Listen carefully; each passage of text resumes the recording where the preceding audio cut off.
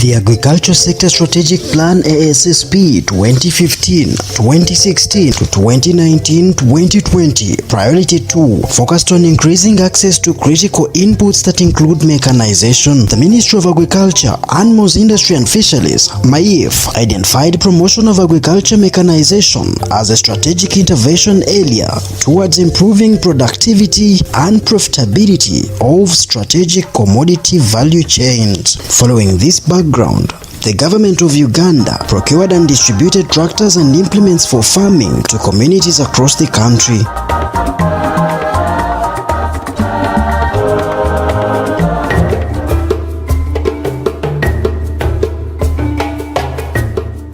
Lying about 270 kilometers southwest of Kampala, Mbarara city is among the beneficiary communities in southwestern region that received 40 tractors from President Yoweri Museveni in 2017.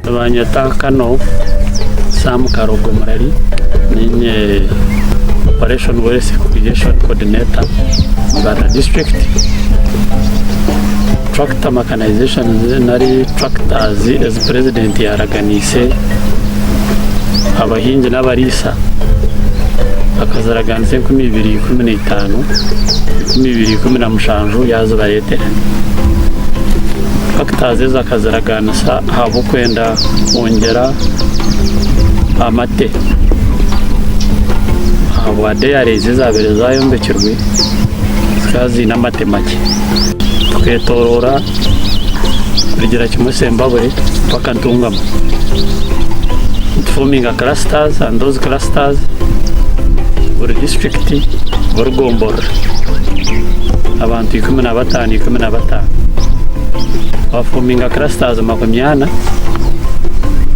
president yatereza tractor makumyana kimanyisa ngo mu South Western region harimo tractor makumyana ziyahereze 4 years later, this initiative is believed to have recorded the untold success story, which is why OWC, Uganda National Farmers Federation, collaborated with Empower Youth in Technology, a youth-led youth empowerment organization in Mbarara, to track, trace, and document the progress of this tractor mechanization program among farmers in Mbarara city.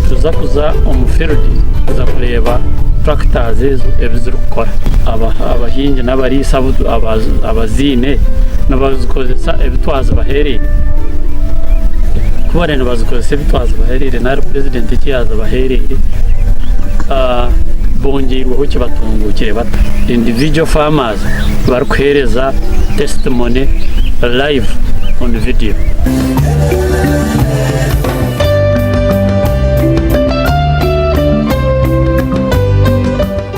And so, we hit the road to hear from farmers on what has since changed.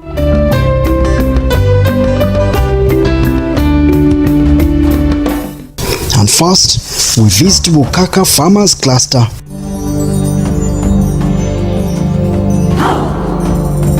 Yes, thank you very much. If you're still watching, you just watched the introduction of what led to this project, and we are now obviously heading to farmers. We first visited Ndugu Mutahunga, and we'll be getting the details of what he did and what he does, and the progress of this whole project. We'll be welcoming Kano Karogo, and he will be telling us more about this farmer. We'll be heading to Kano Karogo. You're welcome. Thank you, moderator. Right now I have come with the the president of Uganda National Federation, Farmers Federation, Dr. Kamuganga, who is here. This is a farmer, Mr. Erdad Mutahunga. I've come with the RDC Mbarara district, Mr. Ishentumwa. I'm with the coordinator Mbarara City OWC, Beja Choshavire, Empower Youth Technology, Ronald Shave. So you are welcome, and this is Mbarara City. Let's now start the journey of documenting the success story on agriculture, pasture, improving, mostly on tractor mechanization.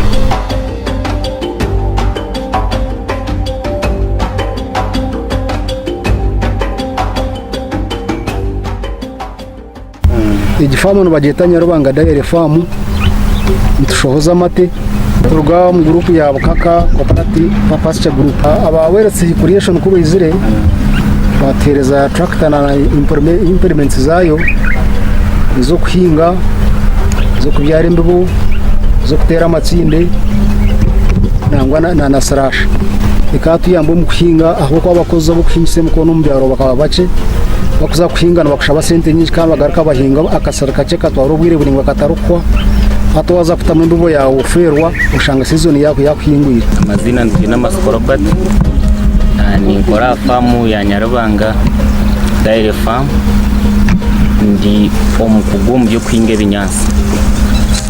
ebinyansi bitwineho ebingo elephant grass, twinoho orunyankokore, Rhodes grass, nice course Guyana, twinoho Mombasa, twinoho Cobra, twinoho Saiman, twinoho Basilisk, twinoho Sunhep. Kandi ebinyansi ebi okubihingaje tukayamba mu tractor ezitwahirwe government.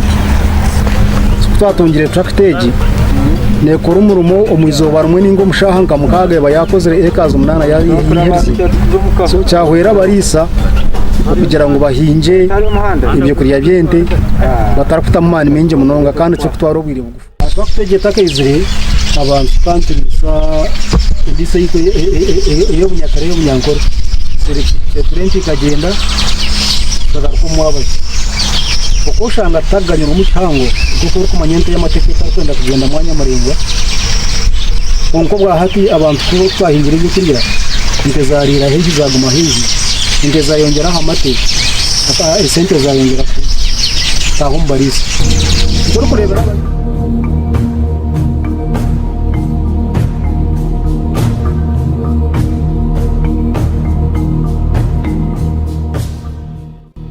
In the same cluster, we also choose to visit another farmer. As what you see in the background are about 10 people using hose, hand hose to dig around. But you can imagine what or how many people you would need to actually dig or prepare a garden of about 10 hectares. We will be welcoming another farmer to tell us the success story of this project. We are in Mbarara, sub-county, Katojo parish, Katojo Ser. This farm belongs to Reverend Apore Sim. And this is a demo center where we are standing with the president of Uganda National Farmers Federation. And this one which I'm chewing is called Coriander. Coriander is a very good nutrition for animals and even for human being. We wind and look.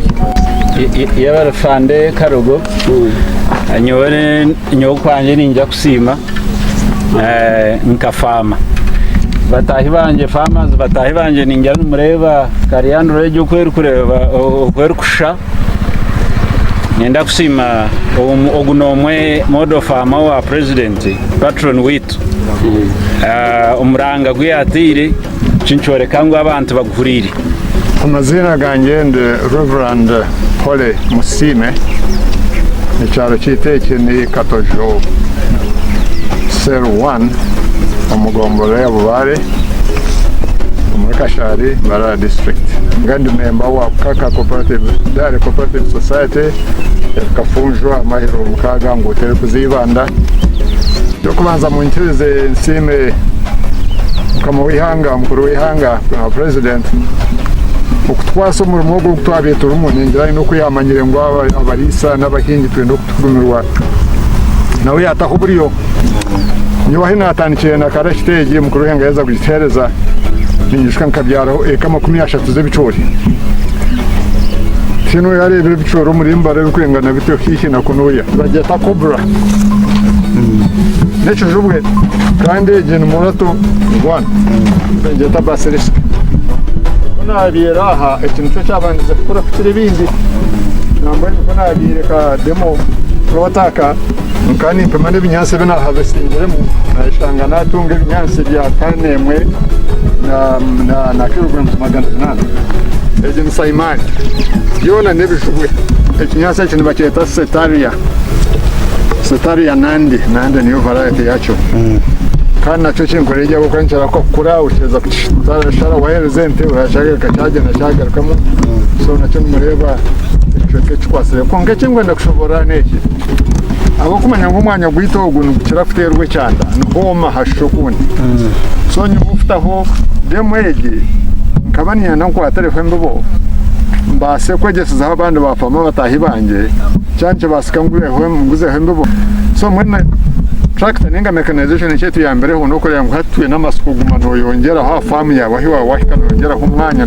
nukura kana ngo atije karashita kutubanga kwija tugamba karashita oshamuna karashita na nefuka yonke yo kwinga konkito nkabukaka president pia ya nito twaye rwana nkabukaka dare twagura icyoma cyuko cyembubo the planta cyo tchine twine na slasha so twatunga n'abandi batwatara nabwo icyo byo matubintu twongeraho kugira twatandikira nabyo twatandikira kutamu tractor twatandika ku kwindura ha bihingire of course ibintu byayoro nenda ko icyo kureberaho mareba kwindise mekono hariya n'umuzi gwabo gwa kashatu tubakashye namwe kimwe cyakana cha eka kandi kunkoreta karakita nani nza kwingaha ekemwe shashore mtwari 17 nzo shashore kigombe cyitu wakandi waza futa habe mukono ayo shashore mtwari 17 uri mtwaro nkama 13 nukushira kuba no yenda kweza musakara kitayitege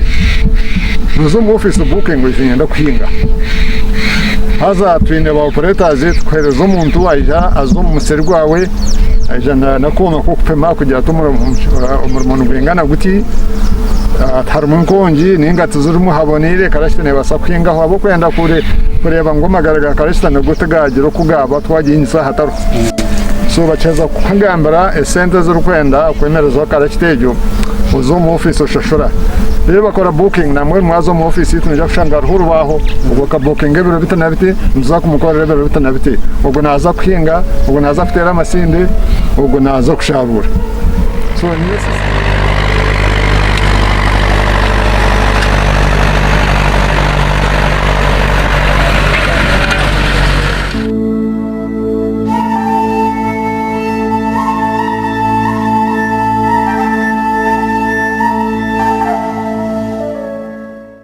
From here, we visit the city center based in Nyamitanga farm, manned by Father Benedict Njunoha.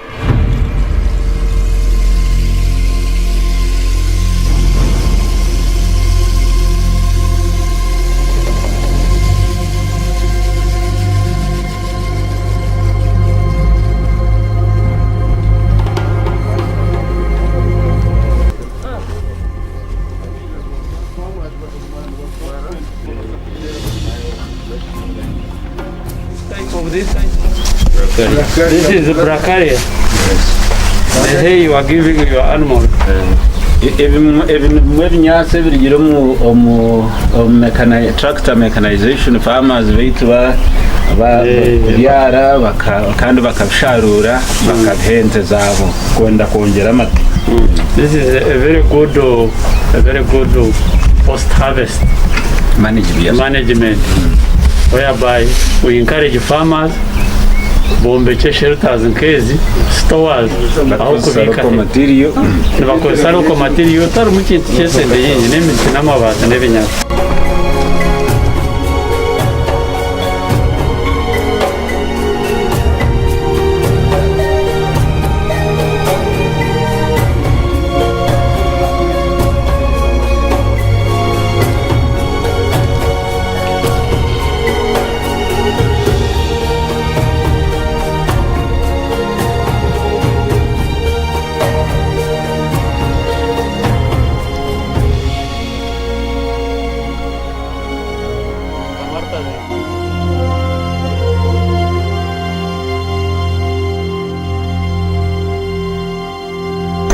nyewe ndi Father Benedict Njimuha kandi ndi omufamu egi neyetwa Nyamitanga Diocese Farm.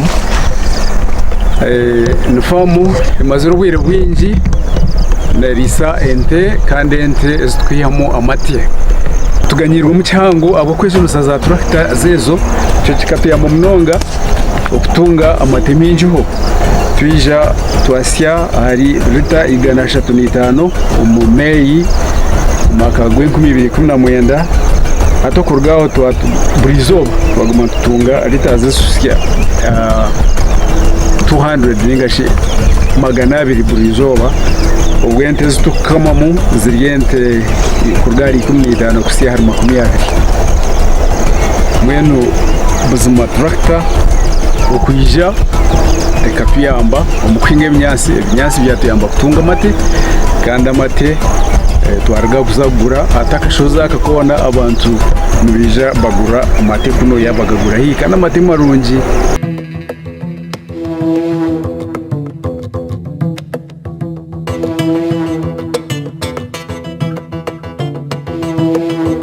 Another beneficial of this is Mr. Kananura of Abesigana Farmers Cluster in Biharwe, Mbarara City.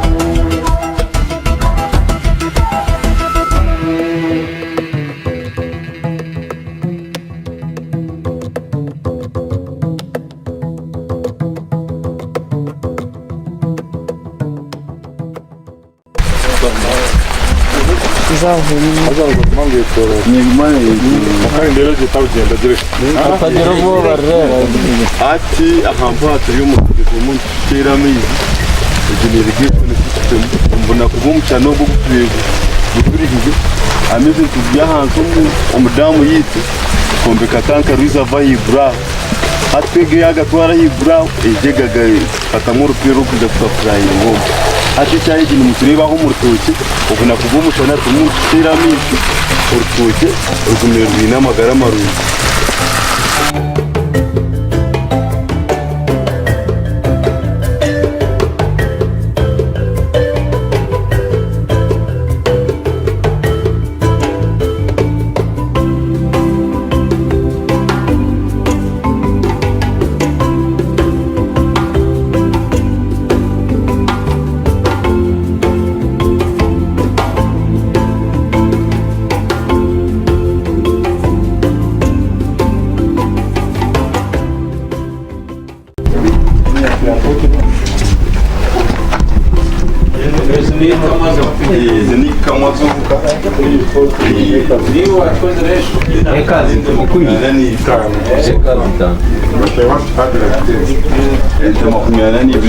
Twamara kutemba ikinyasa tuza kukiza tuziteye icyuma tubiteye icyuma rero ente zarwo mu ishozi munijya ziryaho ibinyasi byazo nkuyikurara zirukurya tuzitera ibiho narayiti kugira ngo zirare na zirya rero mukashe tuyitarusha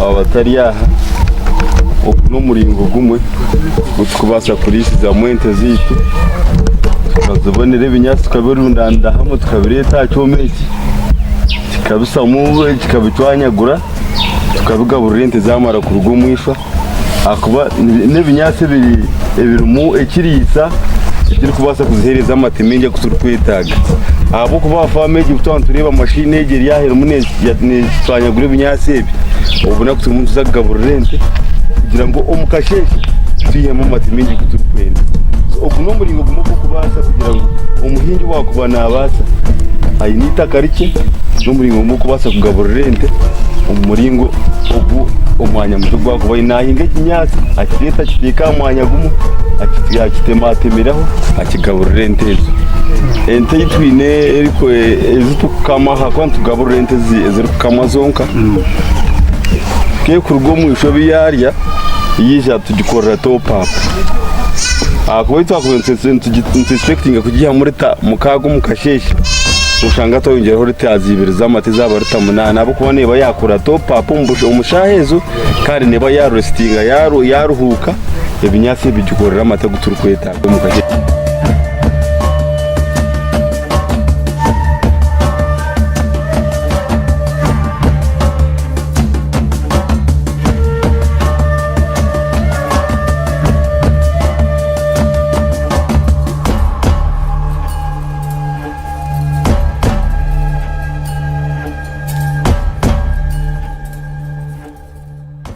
This is our water source.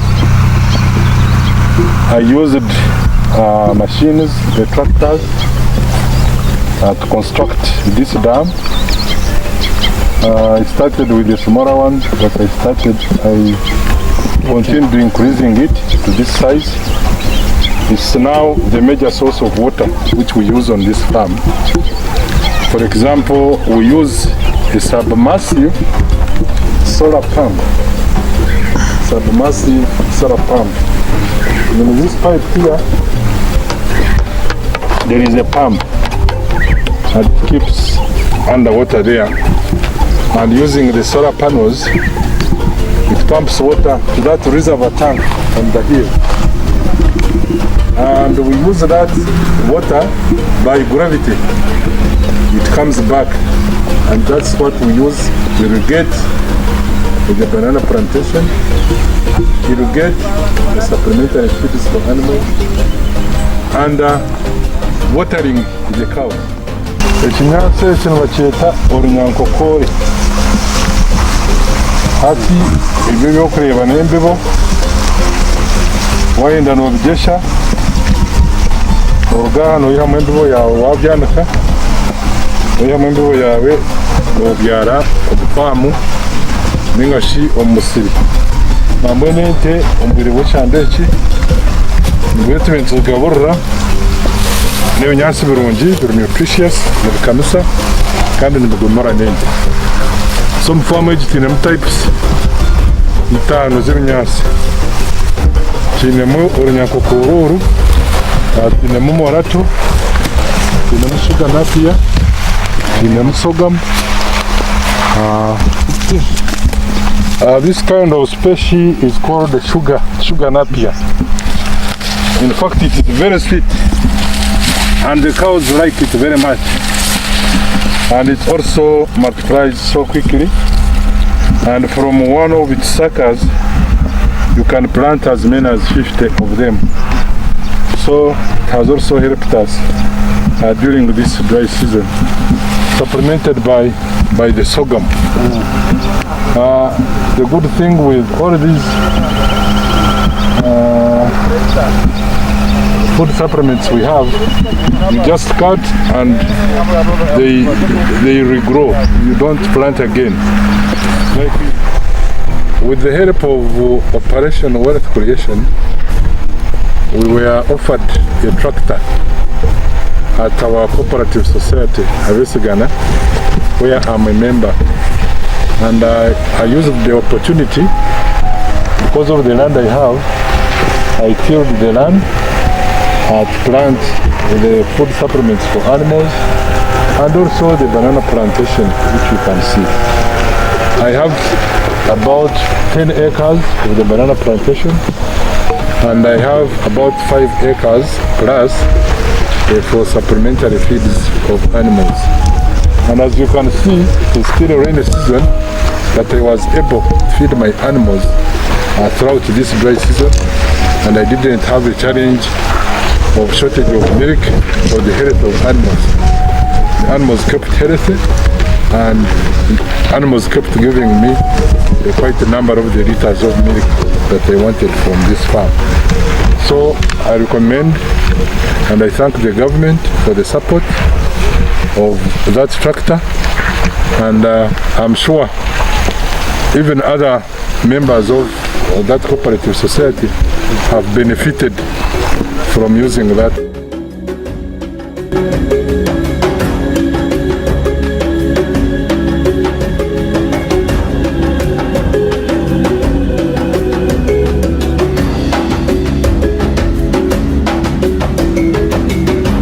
Nitasimwe Daniel y'umuhinzi kandi again n'umuhinzi w'umwanya. So muri iki project y'umwanya ni ya tractor katari member wa tractor nganyirwemo umukwinsa tractor Ford cutting AK na nengaro konga ko barese tractor za na OWC naganyirwa mu kwingo mwani na increasing acreage narga AK axofine narga acres 10 ahinga variety n'undi y'umwani izabeta kwata kwingwa kunuya bwo butahinga hansi Ford cutting sofuka tukika hansi tutimba just foot emwe konkati ni pinsa tractor hinga foot 2 ndetera kujya n'umwana n'umurungi sofa tractor ziza nari zingeza OWC ziyatugabire itanka abahingi ninga abahinsa tuyandurwa kuyamba farmers ni the farmers tuherizo tuzinge expanding our production. Kubona tractors twahirwe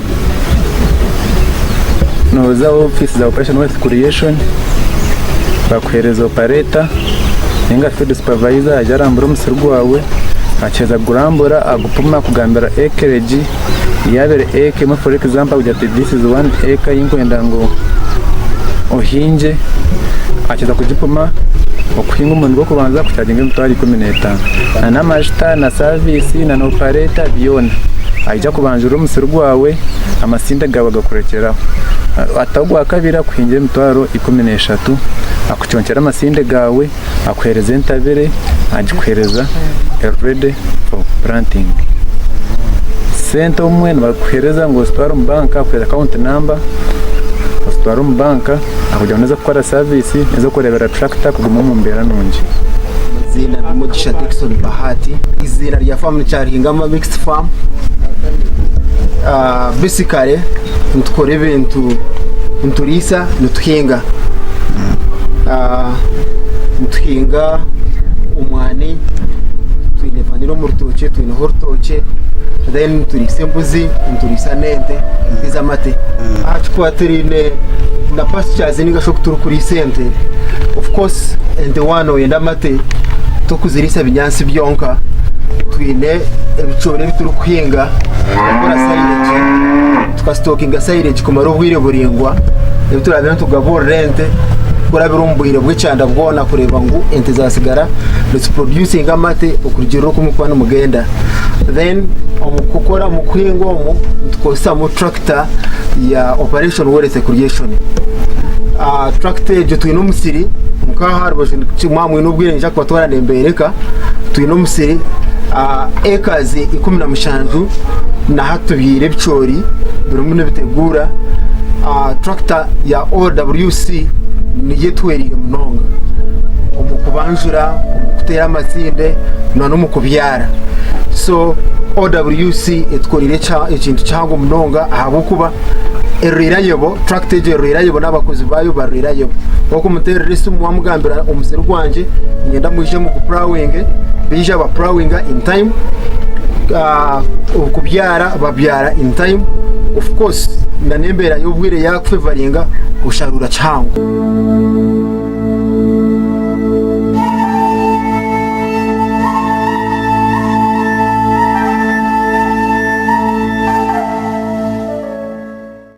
Now, silage n'ebicoori na n'ebikonko byabyo byona nibakitema plant ko kuheza kuhinga by the way ko kuhinga silage ko kuhinga ebicoori byahika ahiburu kuribirwa konka bitakomere byabikiramo amate mingi nubwo turi kubiteka mu mashini ekabicwanyagura then ke kubicwanyagura takabitira hapo mu stoka twakira morasi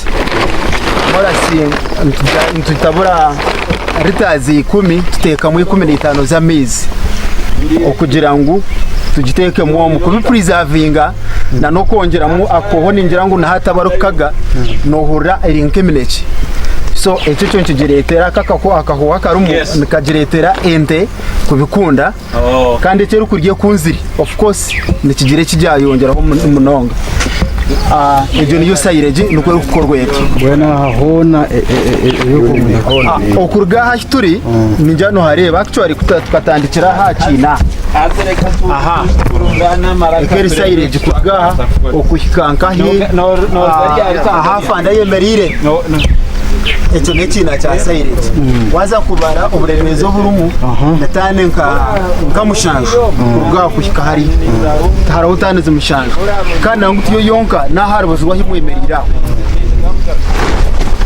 jenetaka kwasirwa aho silage itaka kwasirwa ntujukubika tuti ngoba kwende myaka ena 5 nebiri safe munonga okurijira kugambira actually no ribe bicyo biro mune bitegura twirize kubyara ubango bwo gumusiri ekazi 13 turgato kikama tugaraka kukwata hari umukona koko kureba gushuma ukadamba ntuteka tekomu kuiha mutane ke18 za silage tani 18 ezo nizibasa kutwara omyaka 2 omesho katugira ngo haba kwicanda nizibasa kutwara omesho emyaka 2 ndisho nko kuna nakugambire ebicoritine business y'indije bituru kwereka n'ebicori byende ni silage initially eka yoko eka ya okuhinga okubanjura konka eka emwe bakukose mukono eketwara 2 to 3 weeks abar kuhinse mukono konka OWC eka ya tractor erukubasa kushanga n'umusiri gona nebasa gubanjura izobarumwe okurijira okwita kari abantu rishesheka abo kuba mu kutandika ike nakire biro bibiri konkati hija ushangizo barumwe nebasa kugireta nebasa kumara ohirona necho bwire esemple eka okuramuza nabantu mpora okoshanga eryo mitwaro nkabir nena 5 konka eka ate eryo mitwaro 16 okurijira okuwagamba nabo nukuba kwetegiriza imitwaro 14 kuka mitwaro 15 16 nizo sente zituri kushashura buri eka uza kushanga ngo cyatwangu izo bwire twagaruka twatungana reba erira yobo kandi eri affordable mbiyesente so OWC tine kintu kubasa kubagamba ho cyangwa munonga cyano kubebaza no kubagira ngo you have to keep the promise ekimuntu aturaganise ekimukutwereza abantu mutakahinduraho. Besides, the employment opportunities that came with this program are appreciated. Amazina ganya ni Nyarani Sasarabu ni tractor operator wa OWC. Practice ziziri na kuafuna chance kwa ganyirwa mtu afune mirimo.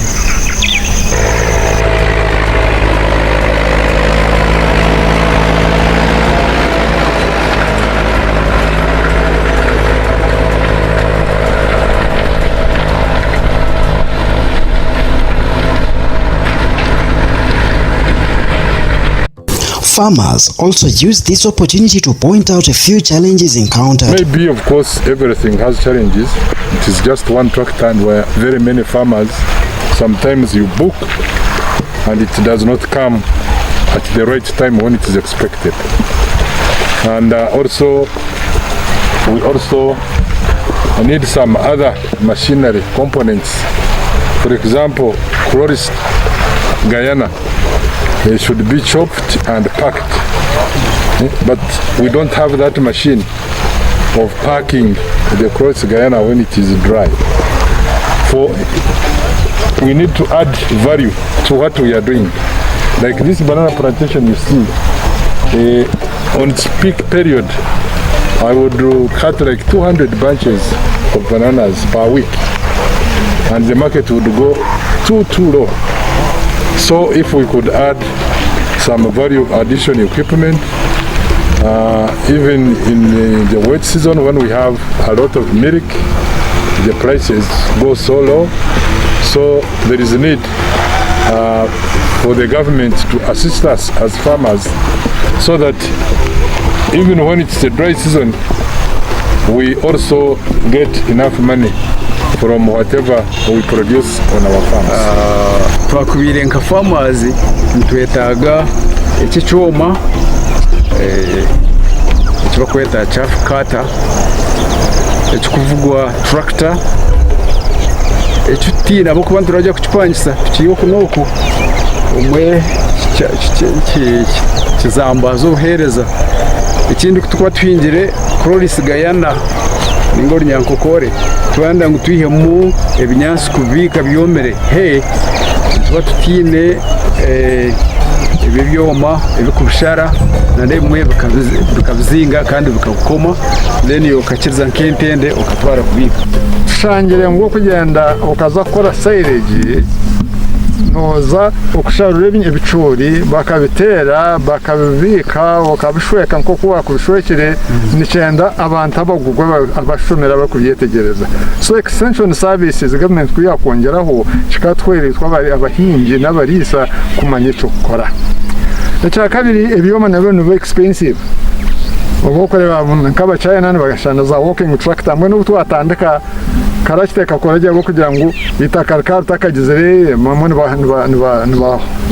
n'umuntu rwo kubanza kwinga itaka, so mwene hata twakika wabone tubukuja burumanya n'ugwenda karashita mpango wamone karashita nse uruko mutishambu ushanga cyaba chipa kukozesa mashenze zene. So government iyo system yayo kutwafutunga mu bwoma buke bwo kushare nk'ibinyanse waheza kusimuka mwene kanye egare zo kurahana bihe binyanse twarumuka umusezo nemwe n'ibindi kunkwena kabwa chopa azobona kitiyamba kandi okushomesa abapretsa binagamba ngaba driver bahibona ninja extension service will be very helpful. Ekini nkanya nawe umwambuza nkomuntu kurataruka gurina kunkanka shuberwa ibinyanse byayo mente zaza kuhura natamu utwizi arumwa stand pipe we no kugiyaho ukakwita nanka kitundu baraha ukashanga abantu betorura hana za utarenkanzi.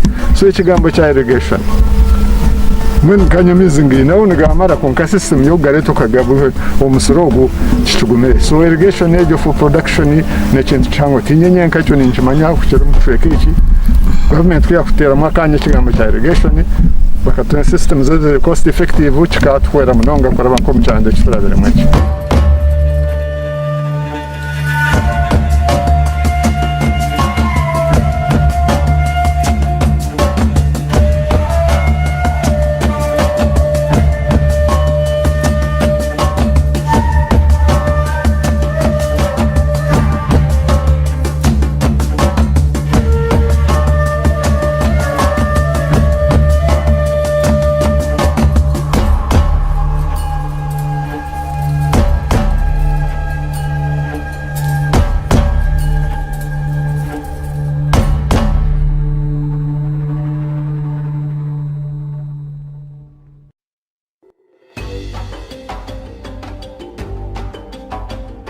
My name is Isha Antumwa. I'm a Deputy Resident District Commissioner from Mbarara District. On behalf of my colleague who is not with us, and on my own behalf, I take the opportunity first of all to thank Alfande Karago, the President of the Farmers Federation. I want to say on behalf of government that I am very happy that these farmers as model farmers. And I want to thank OWC for identifying new people. You have done a good job. Many people, when they are on radio, they don't believe that they are farmers who have benefited from all these government programs, and they are doing very well. People think that some of these programs are hoax. I want to confirm that we have seen farmers, they are doing wonderful. I'm Major Peter Choshabire, Coordinator Operation West Region, Mbarara City. We have been on impact assessment on tractor mechanization in Mbarara City. First of all, before we go any further, Mbarara City, when the people hear city, what comes into their mind is shops, buildings, and whatnot. But Mbarara City, for this case, is a dual socio-economic setup. Has a dual socio-economic setup. It has the urban setup and then the rural setup. So it means that we must get the inputs of different types. We must get those inputs that serve the urban setup, and we must also get the inputs that will serve the rural setup. So in this case, when you are talking of the tractor mechanization, then it serves the rural setup. So in this case, in the city, we got 4 tractors that we distributed to 4 clusters. That we have a cluster in Mbarara, we have a cluster in Yarubanga, we have a cluster in Nyamitanga, and then Bishop Stuart. So we saw the tractor in Mbarara, how it helped those farmers. We looked at Martin Kananura and there are others. We see that with the introduction of tractors, first of all, there has been variation. When people began,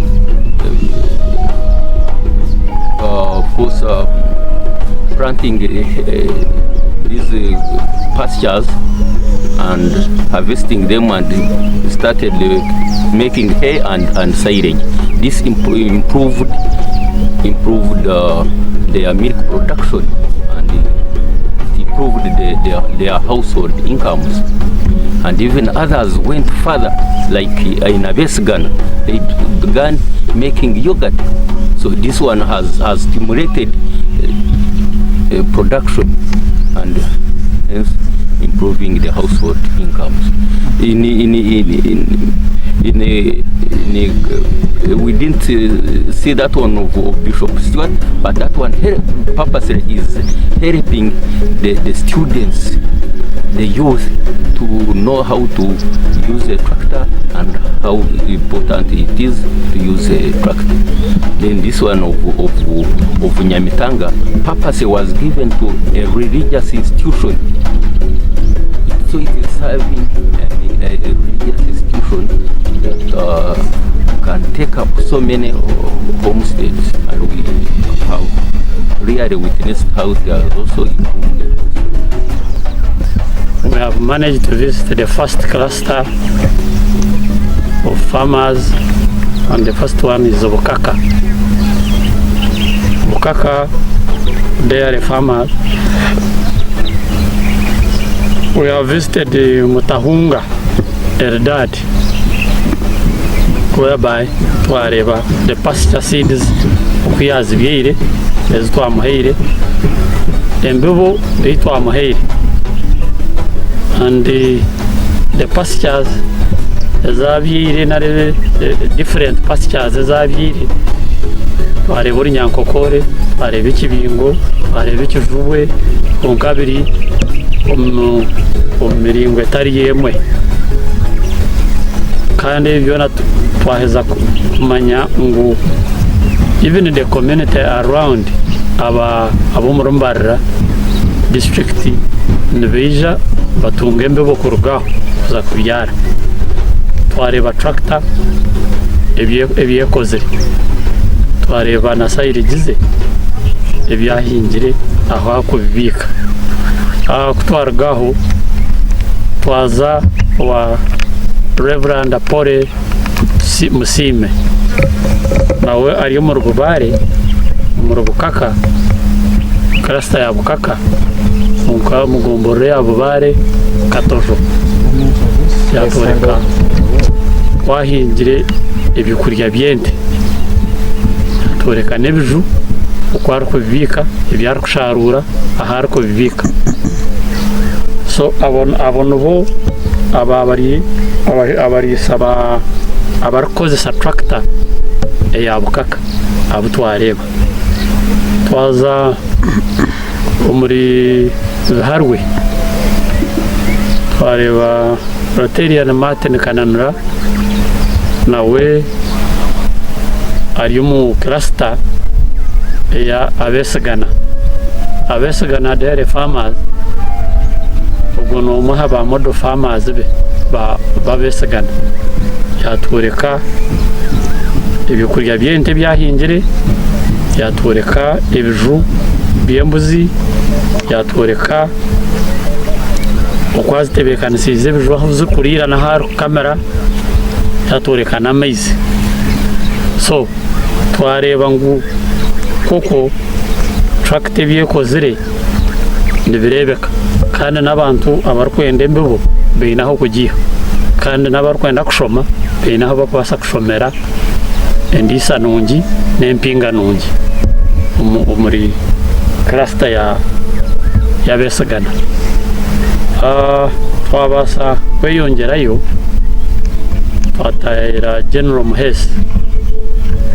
Muhesi Vare twareba tractor wet member wa cluster kunkani beneficiary aha tractor mechanization abasize kuhinga ine ekazi 30 z'umwanya tractor muhingire yabyara umwanya tractor muhingire yahinga ibikurya byente areba silage bare nente zukurya ombejo so ezo ni benefits ezatureta kwenda kuhamya koko abantu aba bari no bakozesa tractor ezo ngo kukiro kwetengesa so abantu bo twareba mbwenu twenda ku encouraginga nabandi tugumizemo egene first phase second phase tuja kuza abandi aba bari addition bari muno. From the Uganda National Farmers Federation President, this is the way forward. President wabarisa n'abahingi omwihanga ryona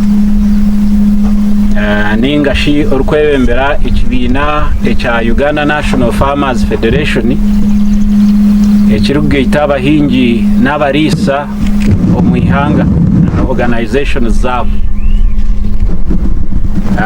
ndienzarwa yakashari omurubare na yahindu kureberera ente zanje z'amati ninyenda kutwara omugishogu gwa Operation Wealth Creation kunyeta ya Southwestern Region Coordinator afande Karogo kunyeta kuija ha fact finding mission kureba omuranga gwa president gwo kumechanizinga agriculture specifically dairy production of Southwestern Uganda hati ekitwaheza kuhendera ejo fact finding mission ndikukwatanisa na coordinator wa Southwestern Region or in charge wa tractor mechanization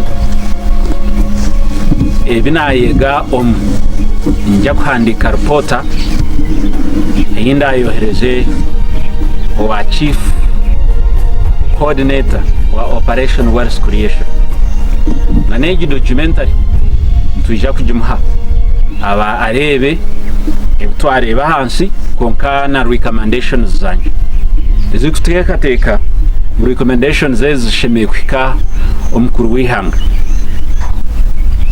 recommendations tukutonzya konka harimo kusima abo kuba turebere ebiliyoni n'ubwo kureba aha egene silage mwabirgira ha bintu ebikozesa tractor mechanization omukuru wihanga ine kumanya buzimazima ngo ekiko ebintu bye byari kukora nibigira bita ebyaragire nibikora hansi konka mbwenu omwiguto gutwihiremu gwa leta ebindi bizubu bya market nso ntwenda kumushaba okutwabasa kukora nawe nkabarisa tukaronda obutari mbwenu hariho ebi nayega kuruga omu ba farmers batahi banje ebindi kwija kuhandikaje nkabimwohereza ndum kumushaba obuyambi obundi obuyakwasa kutwakwasa kukora nawe tukabwiha tukatungura ebyobuhingi n'oburisa omwihanga okukira munonga turi kurabira mu framework ya agro industrialization ni muhamzangu productivity actually abantu bingi abajejumbirimo so iki cyandiko kijya kuba sharingwa nawe na coordinator na nabandi n'abarisa batahi banje n'abahingi batahi number 2 ikinani njya kutomu recommendation yanje ni parish presidential model farmers koreka nguba farmers aba actually barigire omu kidacyonka bataho mu commercialization ekyakashatu no kozesa technology kudocumentinga aho kuba harimo pira ya katano ya kashatu ukamba ha technology kukozesa technology kudocumentinga ibintu ebi ikintu kimwe habikozesa koreka ekiriyo nkizaha farm abo kuba twakureta aha silage wagerebera ni kamera omwami mahesi noreba technology na data nabindi ekyakashatu village agro industrialization ni basakura bara omu village industries or value addition centers izo turi kubasa kongera ha clusters za mechanization nazo nzibasa kuba clusters za value addition so turige kutambuza ebintu ebihingwa nebirigiro mu marisizo hare nahibi producingiro omuro material aba coffee babasa kudokora coffee roasting so president atahanagira ngo tureke ku exporting emirimo obwo twantu exporting raw materials aha amatega kurgaha eje kerho farm yente ejon farm yente nenijon farm yente itware babuseri hari erito mutwaro nubasa kuba value added on this farm nka parish industry nka parish or village industry ninga parish or village industry cluster dera hargeho agahuire emirimo ga adingirwaho value gagende trading centers ahigakora nahabo echo nyoni ngira ngo ebyo nibasika ntubasa ntuje kora na OWC na proposal zetu tuzohereze wa president turi kumanyisa ukutwegire lesson zishangira aha ezakubasa kushikiriza omurangagwe gwo kutungura amaka nebyaro na namagombora